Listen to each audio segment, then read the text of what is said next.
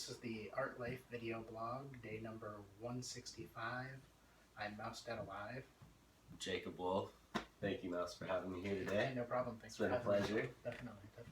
Do you want to tell us a little bit about yourself? I'm an artist who recently tried to start getting serious about it, I guess. I don't remember how old I am anymore, but I'm in my mid-30s. Basically had a kid a few years ago and decided why not have more fun in life, and somehow that led to sketching and drawing a lot more. So yeah, that's the basics, I guess. Right on. Where did your original interest in art start? I'd probably have to say it was boredom at work that started it. One of the ladies I worked with kept coloring books for kids, so I pretty much raided her stash and started coloring in Care Bears, and after having fun doing that, decided to start drawing the logo of my company, which was a bird head, and just kind of went from there. That was the first time you ever taken interest in art? For the most part, growing up in elementary, I used to get into a lot of trouble in art class because I did a lot of fantasy stuff, and they interpreted it as a lot of demonic things. Really? So yeah. Where is this? It was in New Hampshire. New Hampshire. So that steered me away from it because I tended to get talked to a lot about what I was doing and what sort of issues I was having, even though it was just like, I like dragons, and that's all that is. So interesting. Yeah. So you had quite the break from art, and boredom at work. How recently was that? I would have been probably about 26 or 27, so 8 or so years ago. And when I became unemployed, but before moving back out here, I decided to pick up some canvases and acrylic paints and see how that floated my boat versus doing colored pencil stuff. So, and then I kind of stopped for a while. What kind of stuff did you originally start there with the paints? It was basically just birds' heads, and that was predominantly what I did. I did a few paintings for different roommates. Was it like a macabre thing, or like? No, just a lot of the goal or a lot of the steering is what I felt comfortable with doing versus not, and I didn't feel comfortable with birds' bodies. But because I'd been drawing the logo of the company that I worked at, which was poultry products, so they just had a bird's head, that was what I felt comfortable drawing and sketching, so that was just what I did. Okay. And then I learned I could flip what my original image was over into tulips, so I would do weird little flowers and tulip type things doing that. I'm sorry, you flipped the bird head? Yeah. And it was a tulip? Yeah, here.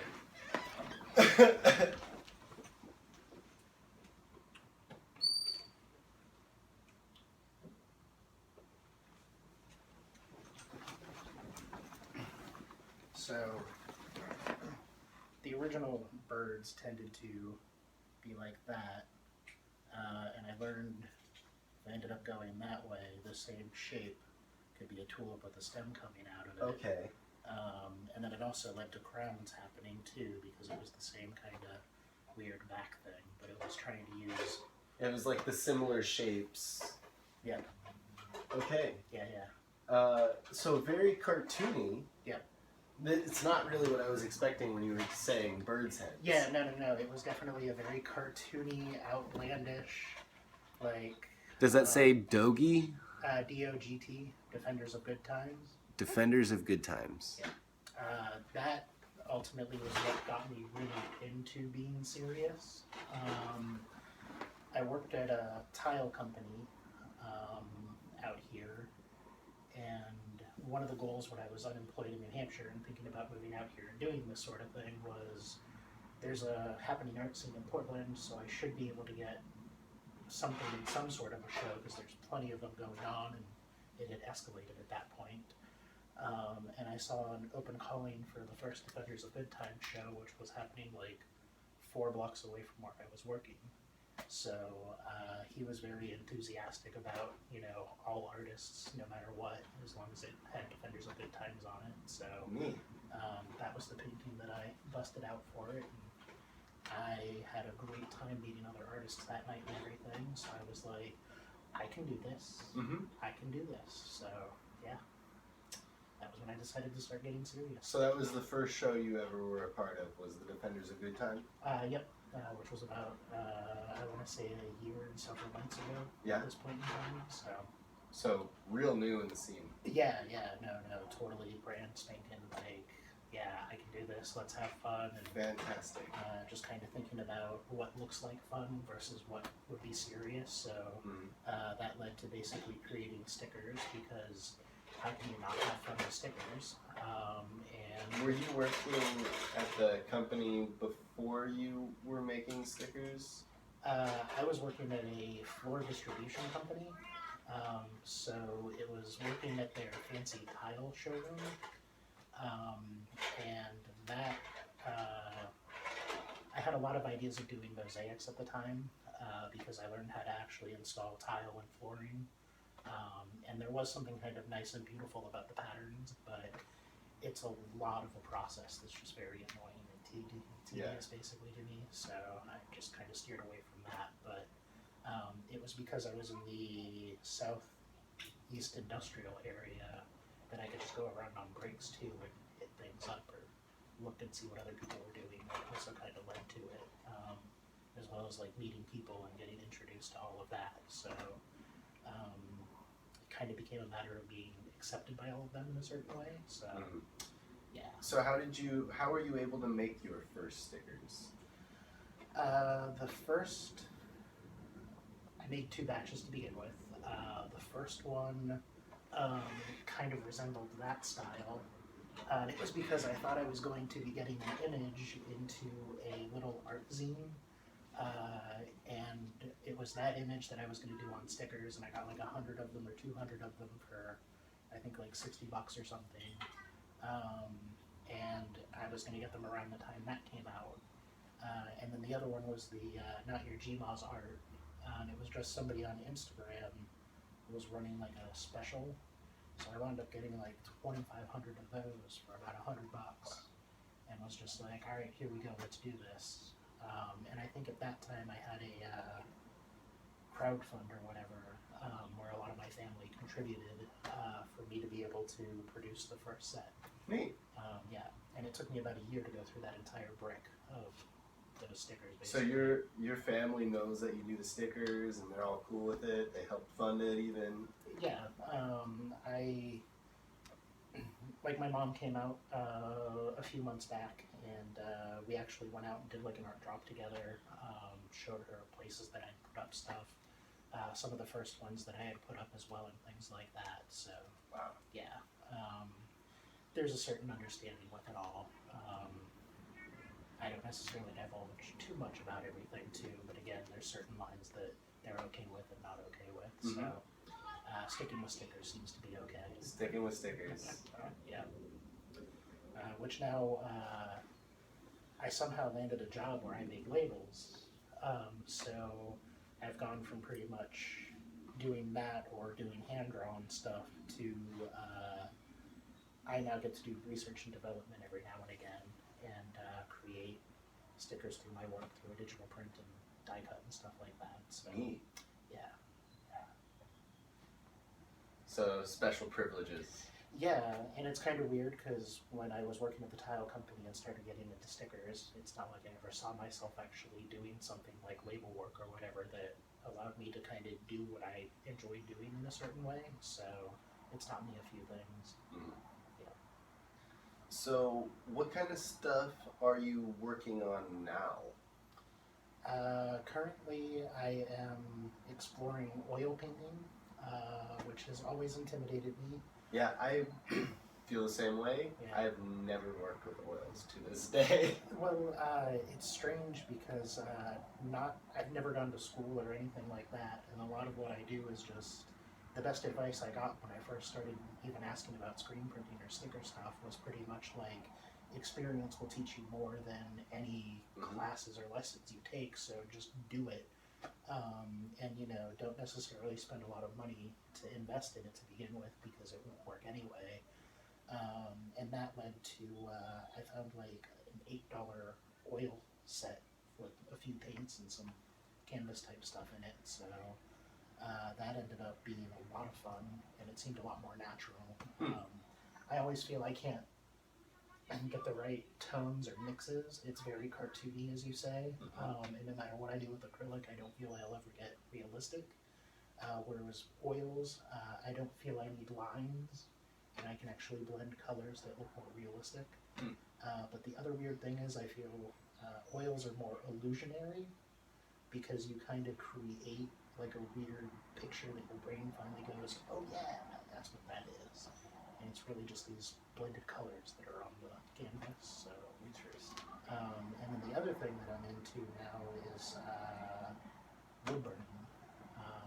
I ended up finally getting a wood burning tool for my birthday a few months back, and I just started doing faces and stuff like that probably about a week or so ago. You're wood burning on people's faces? No, not on people's faces. I'm doing like old man faces and whatnot. Though I did have somebody contact me to find out if you could do scarification using the wood burning thing, which was kind of an interesting conversation to go through. And That be was... like, yeah, here's... So, what conclusions did you come to with this trip? It's totally possible if you can withstand doing it, because the real problem is with wood burning, I know you lose a certain amount of heat while you kind of do it, so that's why you wind up going slowly. But yeah, the kit that I have is a multi-adjustment and it has different tips. And so I'm pretty sure it could happen and it could work, but it's a matter of, can you tolerate it? And what is the right temperature that would end up working ultimately, so... Interesting. Yeah, I haven't heard back from him whether he's pursued any of it or anything like that, so that's still up in the air. So just randomly this guy found out that you got a wood burner and was like, hey, do you know if... Yeah, and it was because I was using it to transfer hot foil stamp stuff, and somehow it came out with a really weird question, and you don't have to answer it if you don't want to. And I'm like, I don't mind answering questions, bring it. And yeah, that's somehow where it led, to which sometimes the journey is more of the where in the hell did that come from? And that is very interesting. You know what? It probably could. So you could technically be doing people's faces. Yeah, exactly. I told my wife the other day that I look at wood burning as tattooing trees. So I want to look at just coming up with flash sheets that I can set up at some point in time and be like, what do you kind of want on this driftwood, or what do you want on that, and put them all together. Have you seen the videos of people doing wood burning with gunpowder? Yeah, funny enough, I dumpster dove the other day and wound up getting a bunch of sparklers, and I busted one out to open up to see what it looked like, to see if this would be something I could do with it. And my wife just instantly nope. I'm not really gonna do it right now, you know what I mean? I wouldn't do it in the house, and I'd be smart about it. But the other advice she gave was just actually use gunpowder. But yeah, I've been thinking about what I can do and how I can do that. So I think it'll be actually using metal screens from my work, possibly, and trying that out, because I have a few misburned ones that we can't use there. So I'll see if that actually works with keeping it in a nice design, because brushing it seems very foreign to me. But yes. So are you showing anywhere right now? Any work? I don't actually have anything up, though. I am going to try to get some stickers and stuff over at Headlandia in Portland soon. Is that a place that people can generally go to buy stickers? Yeah, it's a head shop that one of the local artists around here works at, and recently he's been seeing or trying to get some people to get some stuff in there. Neat. which I think it's mostly all on consignment and whatnot. So, um, but it's an opportunity to actually get stuff in a retail spot. Yeah, so that's awesome. That's a huge thing in my opinion. So it's that whole street cred thing. Yeah. There's Sticker Fiend's 10th annual or anniversary show is coming up, and I've been asked to contribute some work to that, so that'll be pretty spectacular. I'm kind of stoked about. Do you know any details on that? I think it's happening up in Seattle this year. I can't think of the name of the place off the top of my head. But I know there's going to be quite a few Pacific Northwest artists involved. We're trying to pretty much send stuff up there and everything like that. So, unfortunately, I've never been to any of the previous ones, so it's not like I know what that's going to be all about anyway. But I can kind of guess and assume. The sad part about everything right now is not having a lot of time, thanks to working full time, having a toddler, and that sort of thing. So. It makes going to shows and showing in shows interesting. Yeah. And then of course there's the 4th F and Friday. 4th F and Friday. I'm really stoked and excited about that one because that's going to be an awesome venue. Showing in Refuge again, basically. That's an awesome spot. You recently showed at Refuge, right? Yeah. For Burning Season 3. That was a big part of that. Which really for me that was more the family orientation aspect of it all. Being able to contribute to a coloring book was a huge thing for me too, which I thought was pretty interesting and awesome. And of course, anytime I can expose my daughter to the whole art scene and things like that is kind of a fun, interesting thing. So we ended up going to Black Packs recently for a few other artists' show. And I had to explain to her that not all art shows were my art shows and that we were supporting other people and things like that, because the whole time that you have art in this one? We're going to Daddy's art show. No. So, but, yeah. So, being relatively new in the art scene, seems like you've just dove in, yeah. whatever the word is, head first. How many shows have you done in the past year or since you started? Well, the first show that I kind of did to see if I really wanted to do a lot of it was a Raw Artists show, which was probably about a year ago at this point in time. That's a very interesting concept because it's sort of the pay-to-play concept. I'm glad I did it, but I don't know if I would do it again, sort of thing. But it definitely gave me a lot of experience, introduced me to quite a lot of people, because of course with most of my family and whatnot being back east, it meant that they bought tickets but didn't get to use them. So I got to offer people to come check out stuff without them having to pay for it. The Defenders of Good Times, they have had several shows. So I've actually shown in Germany at the Custom Culture Forever, which is like a big car type thing, which is adorable because my daughter too did a painting, which ended up going out there and everything like that and showing too. Neat. They have a gallery down in Oakland, which I have a few pieces in as well, which I always forget about for some reason. So there's been a few shows that they kind of have here or there that I generally have pieces in. And then really there's just been the Burning Season 3 show, which now I have a lot more things that are showing up because of having done that in the marketing and the networking, I guess you could say. But yeah, I just pretty much, my wife supports the crap out of me, and I do what I feel comfortable with and try to get out there. And when you kind of approach it at the I'm just having fun with it, it makes it very much easier to not get down about why am I not doing this or why am I not doing that? Why am I not seeing this result? Yeah. That I had all of my hopes and expectations. Yeah.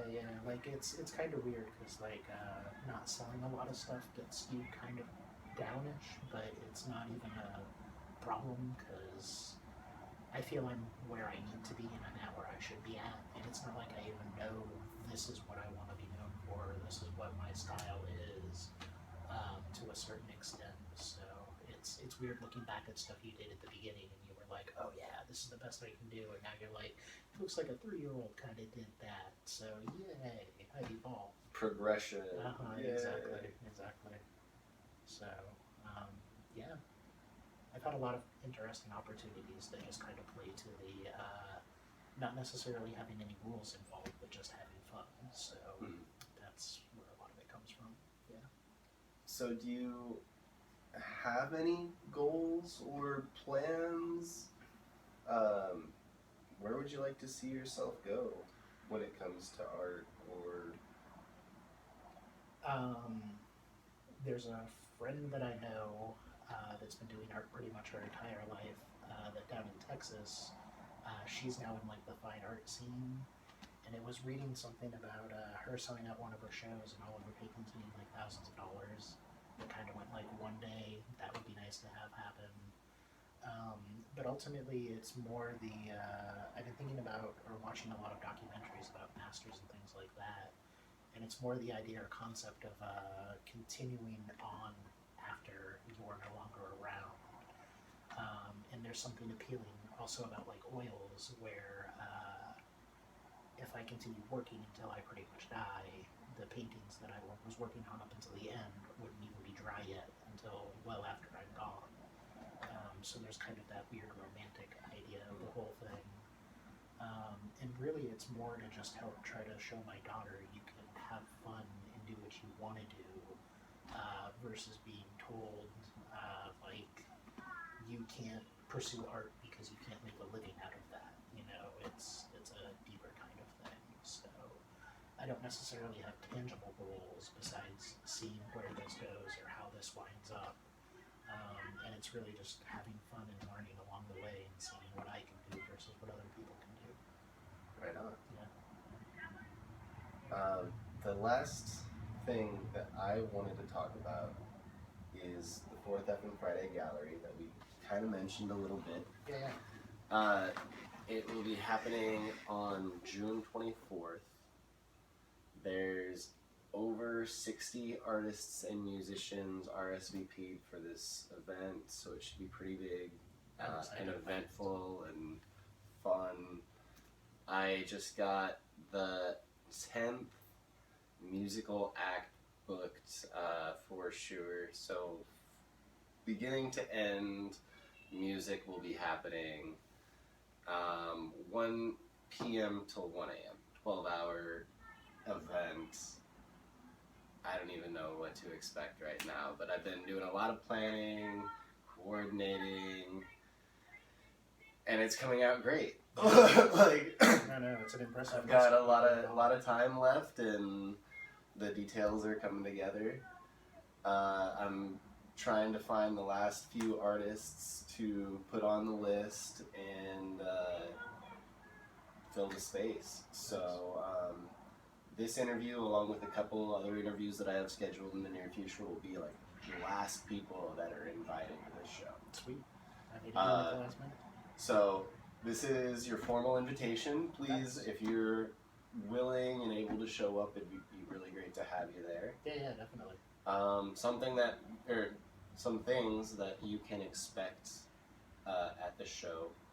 A lot of artists, a lot of music. There's going to be a raffle. So any of the artists that are involved, if there's something small that they want to donate, it goes into this big raffle pile, and any of the guests that come through, there's no door charge up until 9 o'clock. But if you donate $5 or $10, you get a raffle ticket per $5 that you donate. Nice. So it'll be a real good way for people to come in, get inexpensive art from Portland's giant art scene. There's an auction as well. A friend of mine's brother recently passed, and it's kind of a benefit thing to help take care of his medical bills. Body painting, face painting, street artists, fine artists, sculptors, like all sorts of things. It's just going to be nuts. Yeah. So I don't know. I'm probably missing things. But Is it all ages up until a certain point? all ages until 9. Nice. So 1 p.m. to 9 p.m. all ages. No cover charge except if you want to get a raffle ticket. You get a raffle ticket per $5 donated. Sweet. And then at 9 o'clock it's 21 up, and there's a $5 cover charge. Sweet. Sweet. Are you taking advantage of the fact that Refuge has their liquor license back? Or is it just I talked to the events coordinator a few days ago, and she said she's finalizing the details. So once the details are finalized, then we'll be able to talk about what all of that entails. Nice, nice. It's a cliffhanger. Stay tuned. Yeah. Nobody knows. But it's not bad anyway, because we didn't have it at Burning Season 3, and it wasn't. No. You don't need alcohol at a party to have fun. No. But if we're going to be there all day, we're definitely going to want some alcohol. So I don't really have anything else. Do you have any last comments, questions, concerns? If you're interested in following me for any reason or whatnot, I'm on Instagram, Mauz Deadalive, MauzDeadalive. You can hit me up on there. If you want to contact me, I'm always open and down to try for commissions and stuff like that. Dyspepsicsoul@yahoo.com, which figure it out yourself for spelling wise. And yeah, that's about that. I appreciate being here and talking to you about things and stuff like that. It's been a pleasure. It's been a good interview, and thank you for the contact information. Is always something I forget to ask. That's people. okay. That's the whole point of this. You gotta take advantage of the opportunity. Yeah, totally. You know, I had a friend going up that seemed to be quite the attraction to the opposite sex, and every time you asked him what his trick was, it was more the fact that I just threw myself out there plenty of times. So I figure if I say how you get in touch with me enough, at least 1 or 2 people will, and slowly but surely I'll go from there. So right on. yeah. Somebody's gonna want something. Exactly. See, that's the other thing. I realized the other day, the goal of being an artist is to get you to question whether or not you like the art you're viewing and why, and that's about it. So hopefully the people who like it will find me, and that's all I'm aiming for. Right. I mean, everybody's got a crowd of people that like their art, but you just gotta find your collector. Somebody that's like, I love this, I have to have it. Mm-hmm. Like this will go perfectly with my Dalmatian or whatever. Exactly. I always wanted a bird with a dick on the nose. Yeah. There is a dick on the nose. Yep. All right. Thank you very much. Yeah, no It's been a problem. pleasure. Yes. Thanks for tuning in, everybody. Art Life Video Blog, day 165. See you soon with more interviews.